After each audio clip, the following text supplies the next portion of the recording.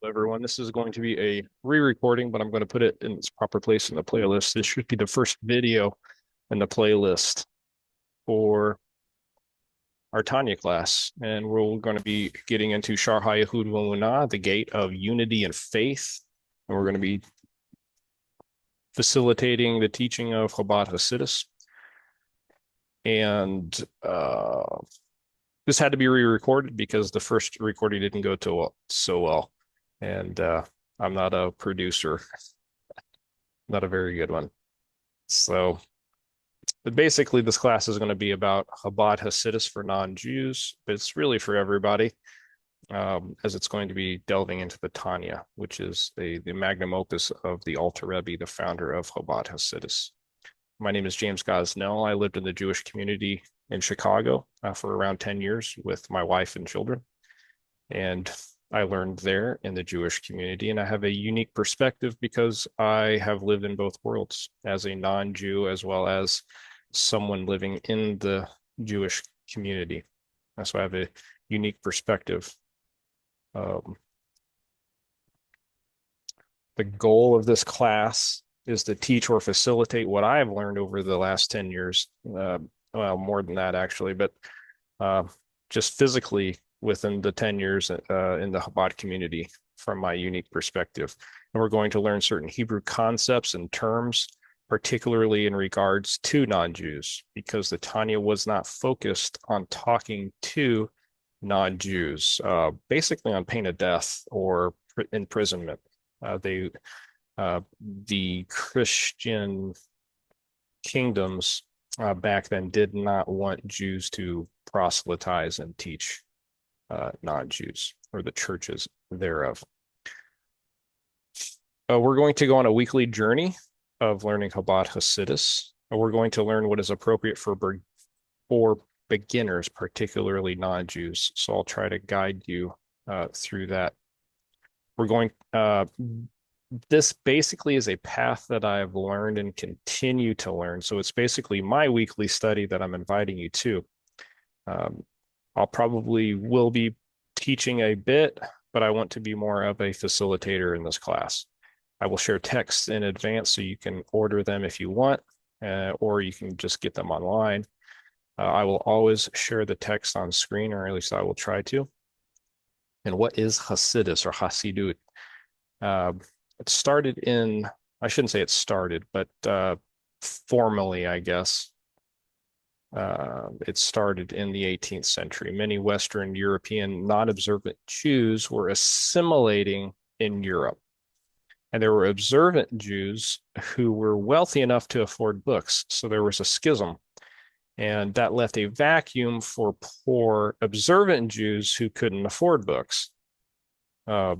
So along came the Baal Shem Tov, a Rabbi Yisrael ben Eliezer, 1698 to 1760, definitely a turning point in human history, right before or right at the beginning of, you might say, the Industrial Revolution. And he taught that faith does not have to be preceded on knowledge. Followers are generally referred to as Hasidim, or a Chassid is similar to the singular form. And the root word is Hesed, or kindness. So you can see the root word there. I want to clarify too, the whole purpose of Chabad, what we're really getting into, is to focus on the intellect. So it's not that it's like a well, yeah, I just want to be clear that it's not just faith, not that knowledge is not important, which is kind of what Chabad tries to focus on as well. It's the unification of your emotions as well as your intellect, which we'll talk about. Relevant quotes on Rosh Hashanah of the year 5507, which is the Hebrew year, which is 1747 in the what is it called? The Gregorian calendar year. Wrote the Baal Shem Tov in a letter to his brother-in-law. I ascended higher and higher until I entered the chamber of Mashiach. I asked him, When, Master, will you come? And he replied, in the time when your teaching will become public and revealed in the world, and your well springs will burst forth to the farthest extremes. So Hasidus is going to be, which the Baal Shem Tov was the founder. Hasidus should be taught everywhere and to everyone, even to children. For the earth will be filled, and this is directly from the Tanakh, for the earth will be filled with the knowledge of the glory of Hashem as the waters cover the sea. Habakkuk 2:14, and quoted there by the Rambam in Hilchot Malachim, the Laws of Kings. The Rambam was a famous codifier of Jewish law concerning the times of Mashiach. So this is fundamental to the times of Mashiach, getting the knowledge, the panemiut, the inner aspects of the Torah out into the public, into the farthest extremes. And so now what is Chabad? Chabad Lubavitch is a major movement within mainstream Jewish tradition with its roots in the Hasidic movement I just mentioned of the 18th century. In Tsarist and communist Russia, the leaders of Chabad led the struggle for the survival of Torah Judaism after facing imprisonment and relentless persecution for their activities. After the Holocaust, under the direction of Rabbi Yosef Yitzhak Schneerson and his successor, Rabbi Menachem Mendel Schneerson of righteous memory, Chabad became a worldwide movement caring for the spiritual and material needs of all Jews where they could be found. And that's a citation from Chabad.org. Rabbi Tzvi Freeman. It's also, I would also like to mention that when a tzaddik passes, after his passing, when he's laid to rest, he actually becomes more, I don't know if powerful is the right word, but he becomes more accessible or powerful than what he was before, in a good way, which is usually how one of the ways that a tzaddik is defined. Chabad is an acronym. So this word Chabad is an acronym. It stands for Chochma, Bina, and Da'at, or Da'as, depending how you pronounce the Hebrew. So Chochma, Bina, and Da'at. Wisdom, Chochma, understanding, Bina, and Da'at, knowledge. In Hebrew, knowledge is considered, Da'at is more of a confluence or the whole aspect of understanding and wisdom.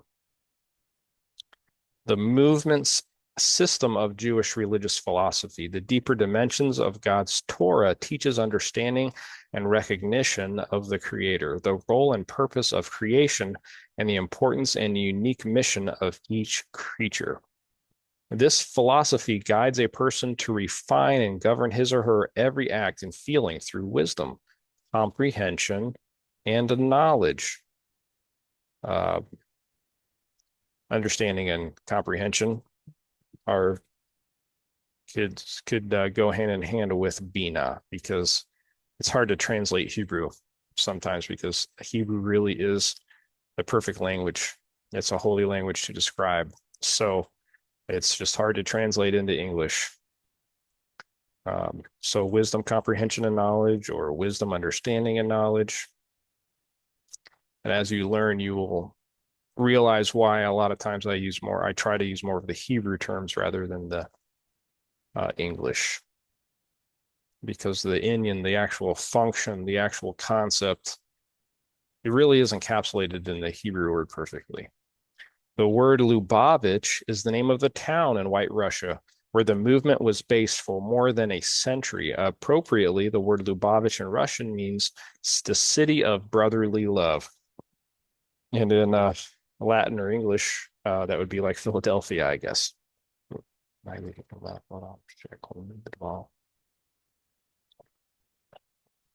So that's pretty cool. Alrighty. Now, Rabbi Schneur Zalman of Liadi is known also as the Alter Rebbe, the old rabbi. Rabbi Shneur Zalman of Liadi was the founder of Chabad. So there's Hasidus, founded by the Baal Shem Tov, and then he had many students and students and students. And one of these students was Rabbi Shneur Zalman of Liadi, founder of Chabad, and he was a deep thinker and intellectual, fascinated with all aspects of knowledge. He was a prime student and disciple of Rabbi Dov Ber of Mizrich, known as the Maggid of Mizrich, heir to the Baal Shem Tov. So we mentioned the Baal Shem Tov, founder of Hasidus. So you can kind of see the spiritual lineage here, the teacher lineage. And in Judaism, your teacher is very similar to your parent, to your father. So this is basically a lineage. So in other words, you should honor your teacher very similar to the way you honor a parent. He created a synthesis of Jewish rationalism and esoteric thought using the rich metaphor of the human psyche. His successors and their students continued in the same path, expanding Chabad to a broad and lively school of thought and debate. Chabad philosophy has influenced the thought of many great leaders and movements outside of Chabad as well. The Tanya. The Tanya is an early work of Chabad Hasidic philosophy by Rabbi Shneur Zalman of Liadi, the founder of Chabad Hasidicism, first published in 1796. Its formal title is Likutei Amarim.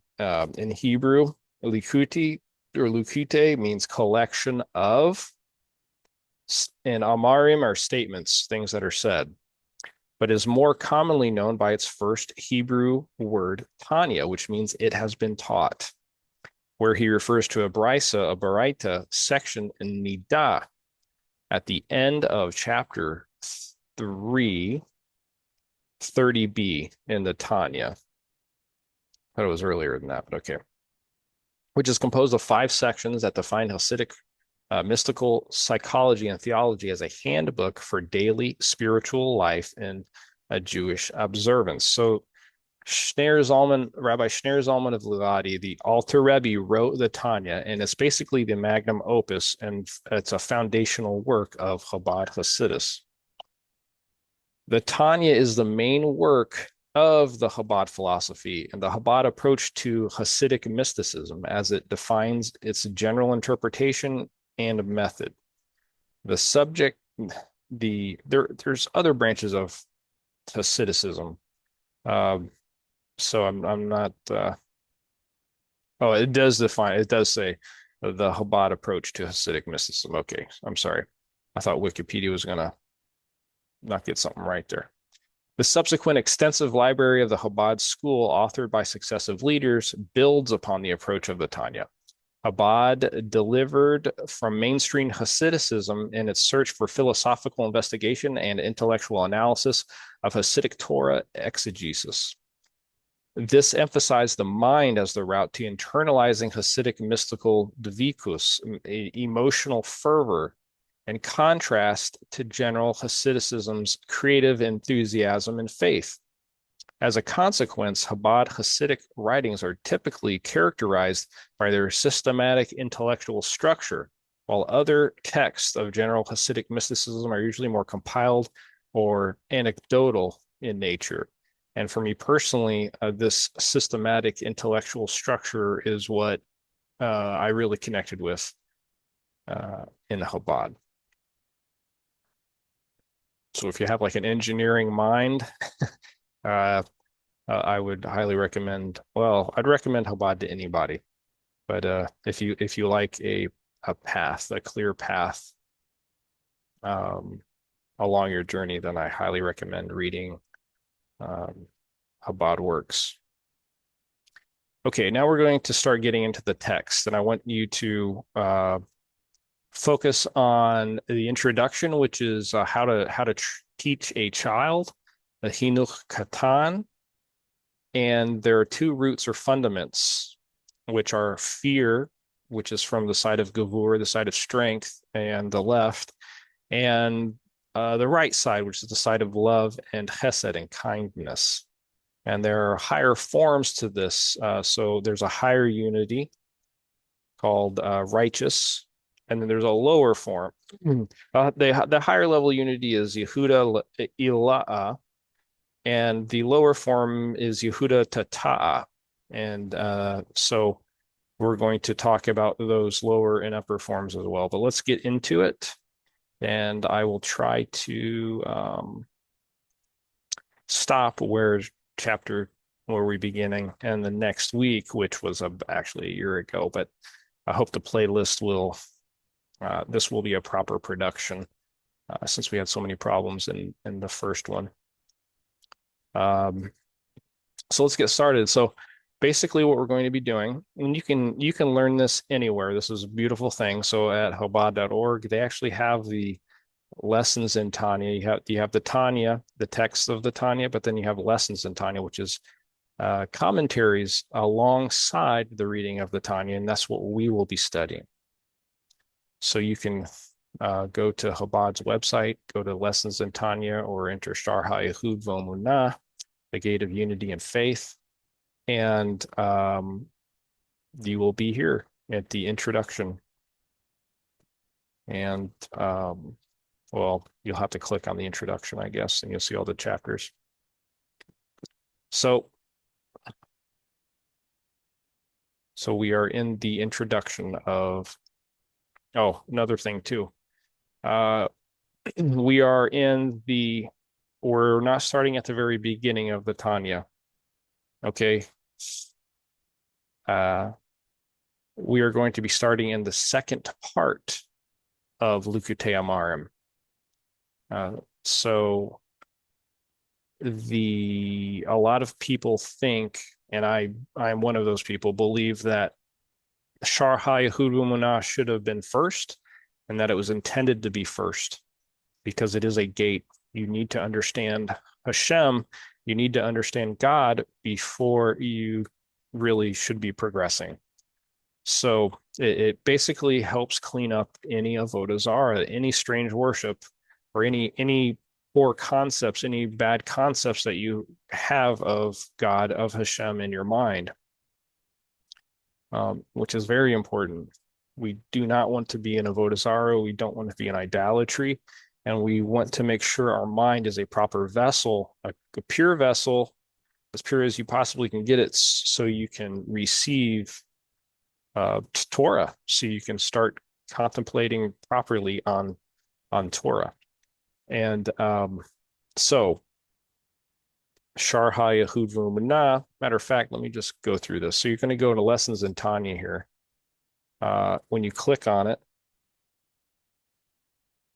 there's going to be introduction to Lessons in Tanya and all the normal things that you would have in a book, like forwards. You're going to have Likutei Amarim here. We are not starting right here.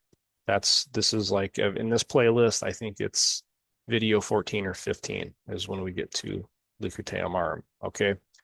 We are going to be studying the second part of Likutei Amarim, which is also called, and this is what it goes by, which is Shaar haYichud v'Emunah, the gate of the unity and the faith. And this is what we're going to be starting on.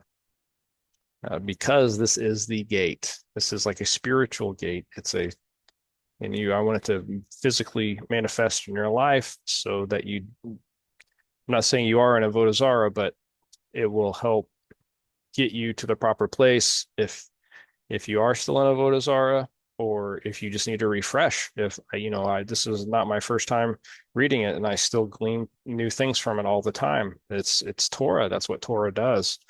So I highly encourage you to start here, and we will be starting here. And we're going to start in the introduction. And in the Chinuch Katan, which is the introduction. So this is also labeled Chinuch Katan. So even though it is called Likutei Amarim, again, it's a little confusing, but this is the second part of Likutei Amarim, which is also called Shaar haYichud v'Emunah, the Gate of Unity and Faith. And that starts with an introduction called Chinuch Katan. So The heading written by the Alter Rebbe reads as follows, and you're going to see these notes. This is the Lessons in Tanya commentary. There's a rabbi who took the time to write a wonderful commentary. Thank God. Likutei Amarim, a compilation of teachings, part 2, Halek Shani, part 2, chapter 2, Halek, yeah, part, whose introduction here under is entitled Chinuch Katan, the education of a child or a small one, the education of a child, compiled from sacred books and from teachings of heavenly saintliness, whose souls are in Eden. Based on the first paragraph of the recitation of the Shema. So the Shema is a very important prayer in Judaism. It is maybe the most important one. I'm not an authority to tell you that, but it's very important. And if you do not understand the concepts, and I'm not saying you have to get it exactly from Shaar haYichud, but if you do not understand the concepts explained in Shaar haYichud, where you either get it from Litvish texts, like non-Chabad texts, non-Hasidic texts, that's fine. But in my walk, this is where I have found it's an excellent path to learn. If you're coming out of idolatry, if you're coming out of Avodah Zarah, what do you need to clean up? This is a proper path to clean that up. And you really can't say Shema properly until you understand what is going on in these texts when it comes to the oneness of Hashem and having faith in Hashem. So this class, this part of what we're reading, this Shaar haYichud, read it on your own, do whatever you need to do, but this is fundamental. This literally is a spiritual gate that you have to understand and go through and for you to properly say Shema. And like I said, it's a spiritual gate. So not necessarily you have to know the text so much, but know what it is it's saying and understanding through whatever texts you may. And don't, I would challenge you to, because I know a lot of people might feel a little bit of arrogance or cockiness saying, I already know the stuff.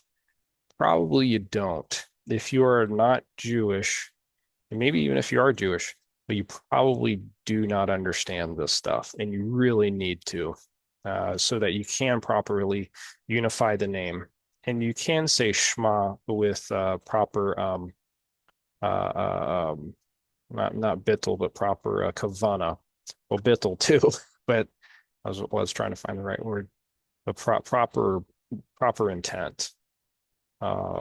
It's just very, very important. And we'll go into the reasons why, and we go into the reasons why in the next classes. But basically, the nations of the world, what are called the Umot Ha'olam, which is better translation as the peoples of the world. The reason why they're called the people of the world, because they are still in the concealment. Umot Ha'olam, the Ha'olam means the world, Ha'olam. But in Hasidus, we read it as Helem, concealment. So the Umot Ha'olam, the peoples of the world, are really peoples of concealment. And that does not necessarily mean a political nation of some sort. Matter of fact, I would recommend you don't think of it as a political nation. It's people that are in concealment. And it's hard to tell who these people are. Maybe they know it, they don't realize it, whatever. So it's hard to judge people if you maybe you shouldn't be judging people about it. But I want to encourage and challenge you to read this text to make sure that you come out of that concealment, or to make sure you are out of that concealment before you say the Shema. So you can have it with proper kavana. So he opens up, the Alter Rebbe opens up here with the Shema. The first paragraph of the Shema contains both the verse beginning Shema Yisrael and the second sentence, and the sentence beginning Baruch Shem, blessed is the name. So Shema Yisrael means hear Yisrael, hear Israel. And Baruch Shem means blessed is the name, or blessed is a name. As explained in the Zohar, these quotations refer respectively to Yehuda Ila'a, the higher level of perception of God's unity, and Yehuda Tata'a, the lower level of perception of God's unity. It is around this theme that part 2 of the Tanya revolves. And he's going to quote, educate the child according to his way, even as he grows old, he will not depart from it. And this is from Proverbs 22:6.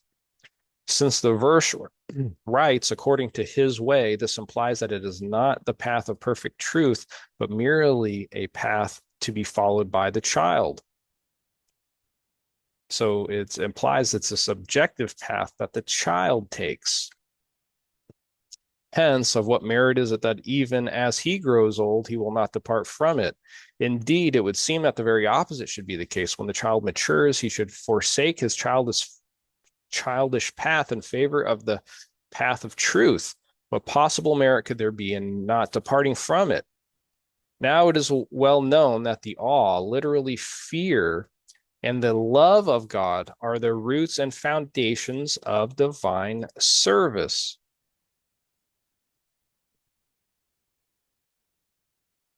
Okay, this is very important. There's a fear side and a love side, and they're the roots and foundations of divine service. So they're the shoresh, they're the roots, they're the where it comes from. It's the source. The performance of Torah study and mitzvot in thought, speech, and deed is rooted in and founded upon one's love and fear of God. So there are 3 garments of the soul: thought, speech, and action. Thought, speech, and deed. And those are rooted in and founded upon one's love and fear of God. So you have thought, speech, and action that are enclosed, and the roots of those are in the left side and the right side, which is the awe and love, or fear. The awe of God enables the Jew to properly observe the prohibitive commandments. Now, non-Jews can observe prohibitive. Matter of fact, the Sheva Mitzvot B'nai Noach, the 7 laws that were given to the children of Noah, if you do them properly because the Torah says so, as stated in the Torah, then those are the prohibitive commandments.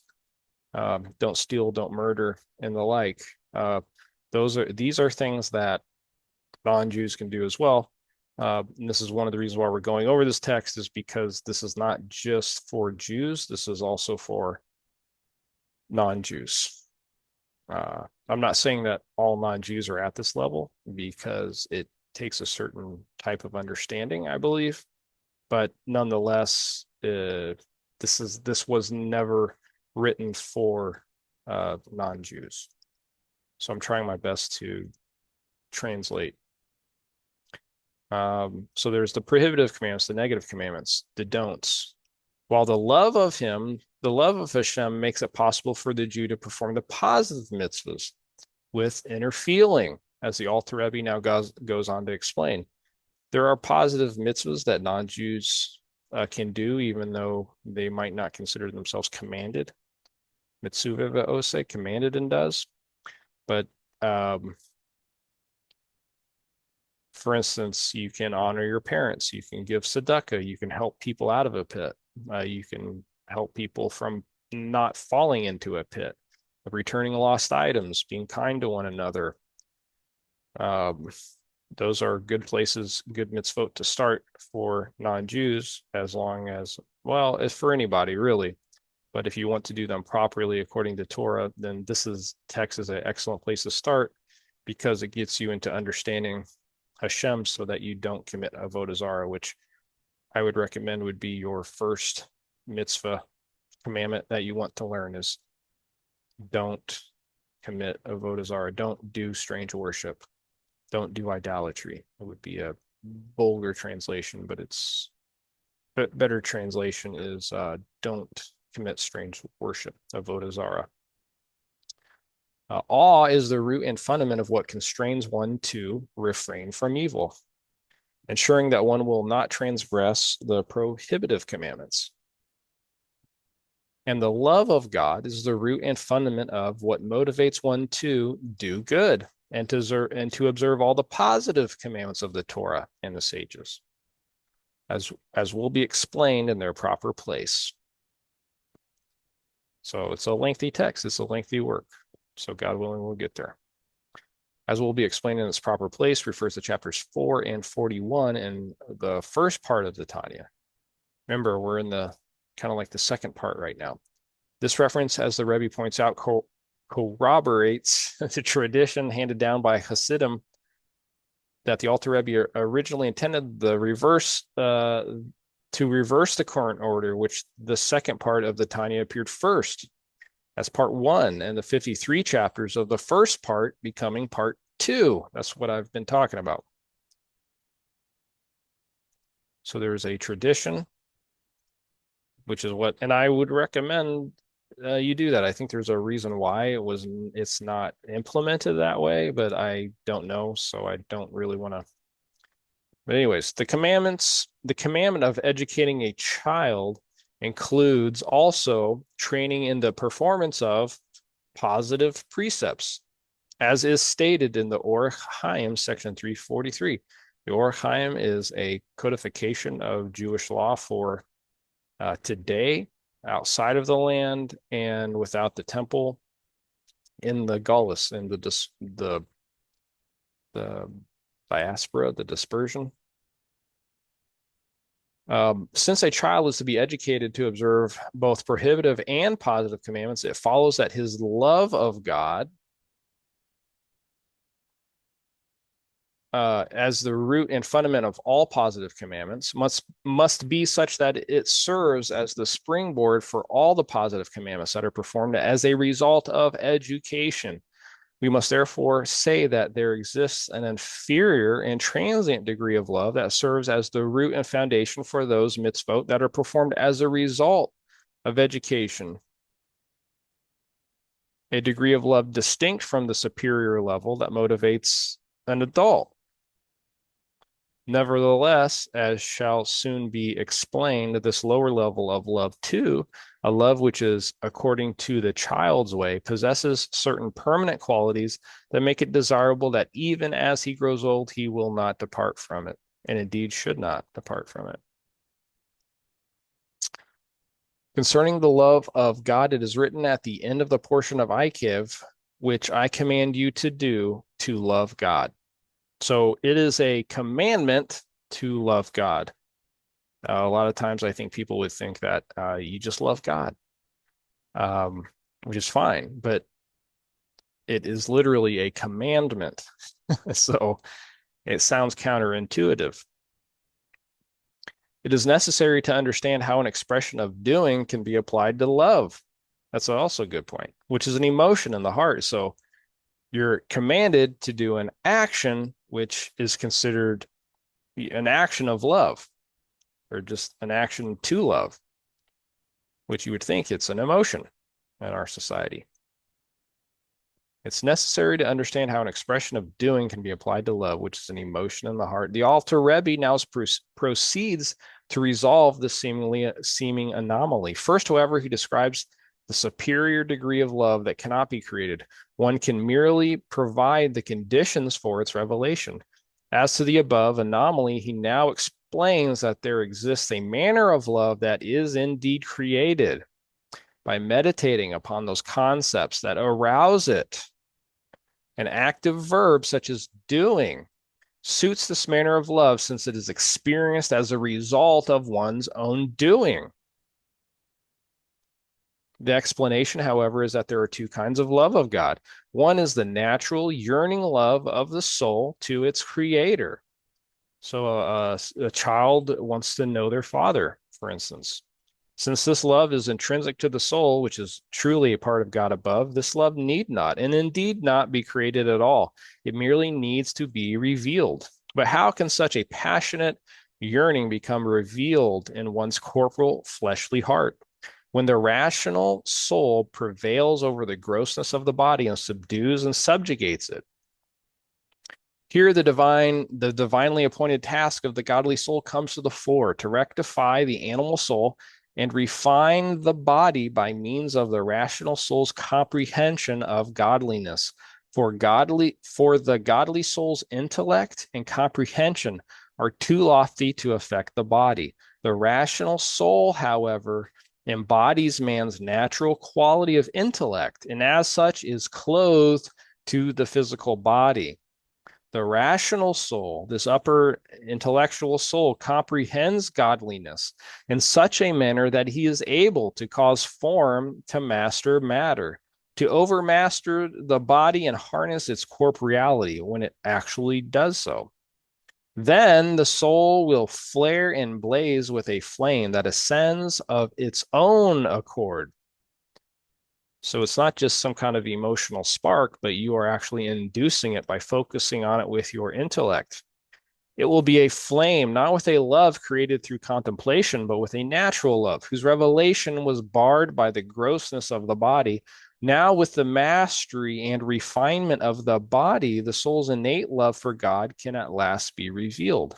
And the soul will rejoice and exalt both inwardly and outwardly in God, its maker, and will delight in him with wondrous bliss.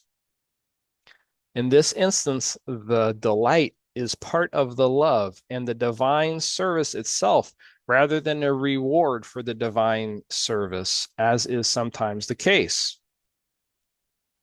So it's intrinsic rather than a reward. It is those who merit the joyous state of this great love who are called tzaddikim, as is written, rejoice in God, you tzaddikim. To serve God with delight of this order is the privilege of tzaddikim alone. For though the above described love emanates from the godly soul, so there's a type of soul called a godly soul, which is possessed by every single Jew, for which reason one would expect everyone to be able to feel it. It is nevertheless not experienced by all. The reason for this, as the Alter Rebbe goes on to explain, is that one's physical grossness impedes its revelation, and clearing this hurdle demands prodigious effort. And this is part of that effort. Yet not everyone is privileged to attain the state of love which characterizes tzaddikim, righteous ones, for it requires an intense refinement of one's physical grossness and, in addition, a great deal of Torah study and good deeds in order to merit a lofty soul of neshama. This is a soul level which divine service is intellective. As the verse states, the divine neshama shall provide discernment from Job 32:8. Only this manner of divine service can subjugate and refine man's gross corporeality so that he is able to delight in God with wondrous bliss. So this neshama, which is superior to the level of ruach, the soul level at which one's divine service focuses on one's emotional attributes, and nefesh, the soul level at which one fulfills the mitzvot out of an acceptance of the heavenly yoke. And this is explained in Reshit Chochma, Shaar HaAhava, the gate of the love. The beginning of wisdom, the gate of love. Therefore, the author explains how the above level of love is specifically related to the soul level neshama. In sum, it is clear that this love cannot be created by man. He can only enable it to be revealed within him by refining himself, but to such an extraordinary degree that it is not attainable at all. The second level is a love which every man can attain when he meditates earnestly, so that its echo resounds in the depths of his heart. on matters that arouse the love of God in the heart of every Yisrael. Whether he meditates in a general way, how he is our very life, and just as one loves his soul and his life, so will he love God when he meditates and reflects in his heart that God is his true soul and actual life. As the Zohar comments on the verse, "You are my soul, I desire you," from Isaiah 26:9. The Zohar explains that since God is the Yisrael's soul and thus his true life, the Jew loves and desires him. Or whether he meditates in a particular way when he will understand and comprehend in detail the greatness of the King of Kings, the Holy One, blessed be he. For example, he may reflect on the manner in which God fills all worlds and encompasses all worlds, and on how all creatures are as naught before him, to the extent that his intellect can grasp, and even beyond.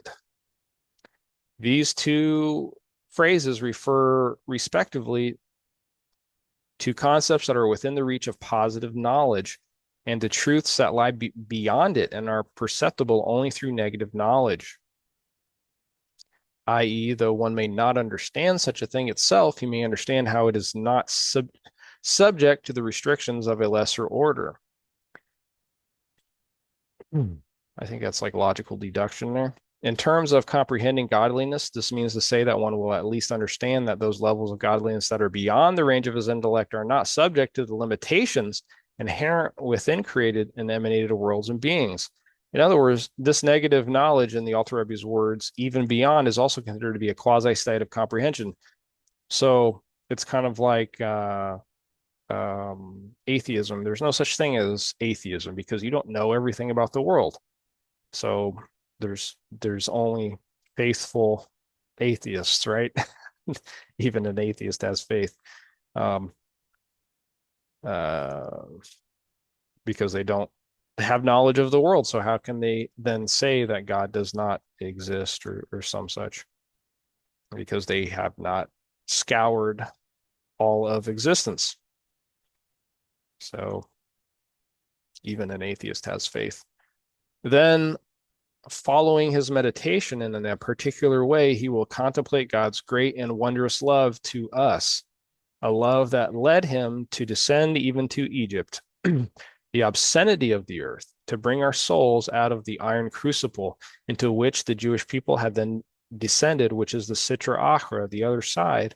May the all-merciful spare us, to bring us close to him and to bind us to his very name, and he and his name are one, so that by being bound to his name, we were bound to God himself.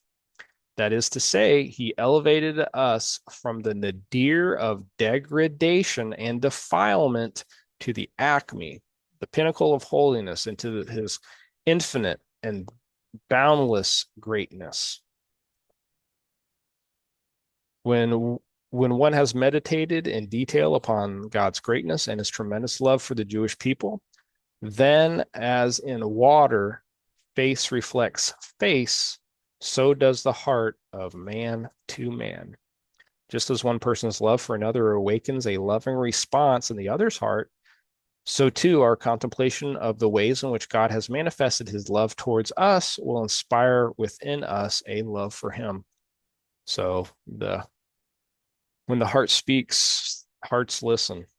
And that's where I think we stopped for part one. So this should be the end of the video.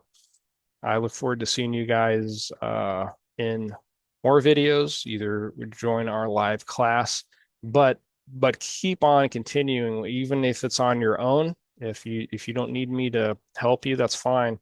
Learn Shaar haYichud, go through all these chapters in Shaar haYichud. It's foundational for every human soul to understand the unity, the oneness of God, the oneness of Hashem.